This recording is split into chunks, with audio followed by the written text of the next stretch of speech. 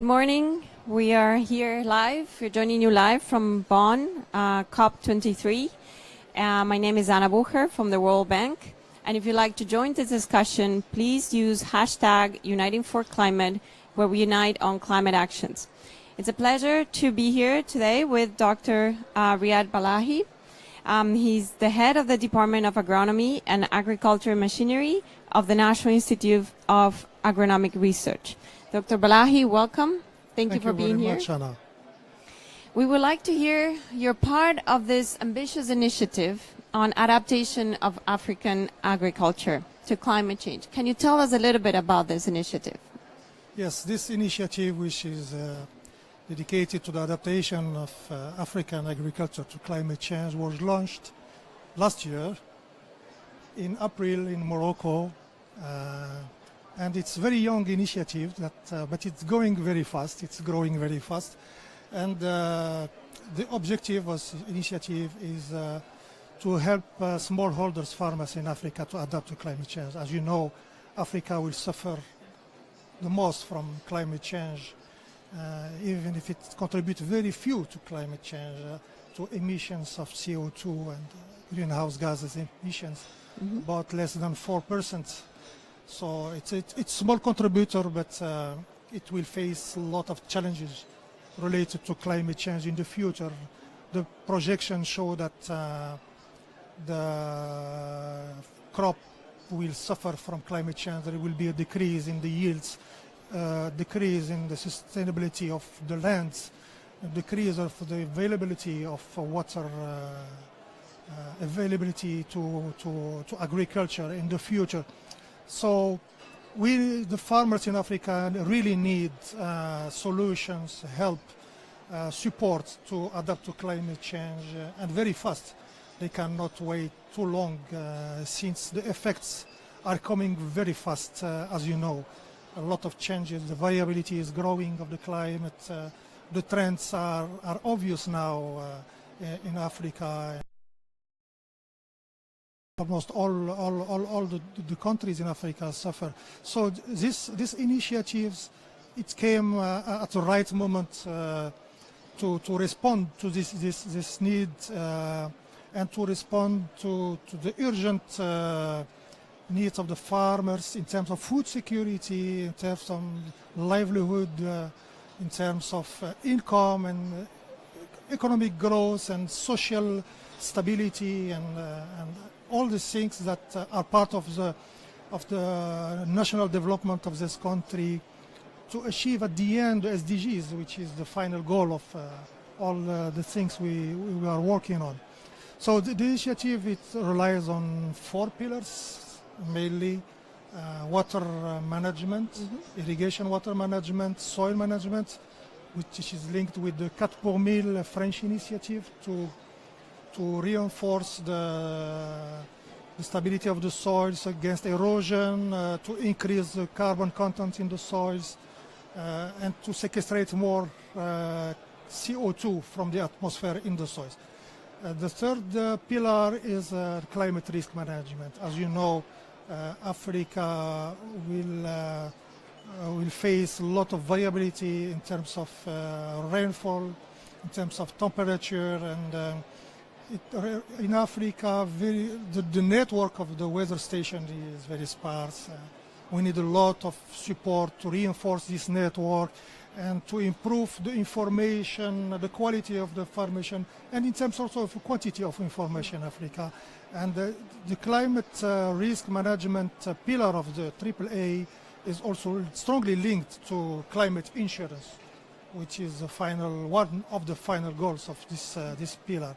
And the final pillar is, of course, fundraising and support farmers and the project holders to reach the money which is available at the international level from the international funding, and also the $100 billion that should be on the table beyond 2020. And how you think this initiative, how many countries are there now in the initiative? Within the initiative, for the time being, 13 countries, it's growing. new countries will come to the initiative, but we have a commitment of more than 30 countries with the AAA initiatives, 13 projects now, 30 countries committed to work with the AAA initiative, many international agencies, development agencies, NGOs, private sectors, and also funders, the World Bank, one of them. I thank the World Bank for the great job we are doing together, but also other funders. So, as I said, it's new, but it's growing fast. So how you think the AAA initiative can support the national determined contributions of the country? The main mission of the AAA is to be a marketplace, meaning the place where farmers, smallholder farmers, donors, funders, international development agencies meet. It's a place, it's a catalyst of projects. It's seen like that. So one of our objectives, smallholder farmers, the governments, the decision makers, identify projects that are related to their NDCs and develop these projects and implement them. As you know, when we were thinking about launching the AAA initiative, we were thinking about starting from where? And we started from the screening of the NDCs of the African countries. We analyzed all the NDCs and we identified these 4 pillars which are related to the real needs of the countries in terms of NDCs, but not only in terms of agricultural development as general, and in terms of food security and SDGs. And then what we are doing is to reinforce the capacity of all the stakeholders with the help of our partners to help this country identify clearly what are the needs and prioritize them according to their circumstances, own circumstances, to the terms of their own development goals. And within this, their own strategy, we work with them to identify projects that can be implemented very fast on the ground. That's the objective. So it's been a year since it was launched. 15 months. 15 months. What do you think are the biggest challenges that the initiative has learned from, and what are the biggest challenges going forward that you will need to overcome? From our point of view, the biggest challenge is to raise more funds. That's because there are a lot of funds at the international level, but they are not reachable for many reasons. One of them, capacity building, awareness, information lacking.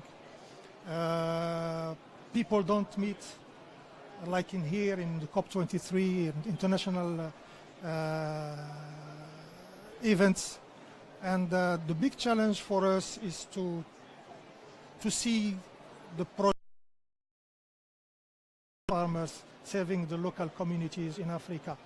And for that, we need to work together with all our partners, with African countries, to raise more funds and to see this project have children inside the African countries and across African countries for reaching all Africa. That's our hope. So as you know, the World Bank NDC support facility has been providing some funds to start this discussion. And beyond funds, what is something that we could learn and what can do more to support these activities in Morocco and some of the other countries? We thank the World Bank and the NDC support facility for that. And we are very happy to work with this NDC support facility of the World Bank.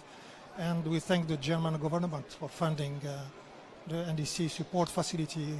And what we hope is that we work together with the World Bank, with other funders, to keep the momentum of the Paris Agreement, to keep it growing, living in the hearts of the people, the small farmer herders that maybe are not aware of what is happening here in Bonn. And our hope is that we need more projects. We need to help these people because they will suffer a lot from climate change. And I think what we can, all of us, to hope for the future is that we'll have more partners around us, more funds, serving more farmers, serving more countries in Africa and at a long term. Dr. Balaghi, thank you very much. It's a pleasure.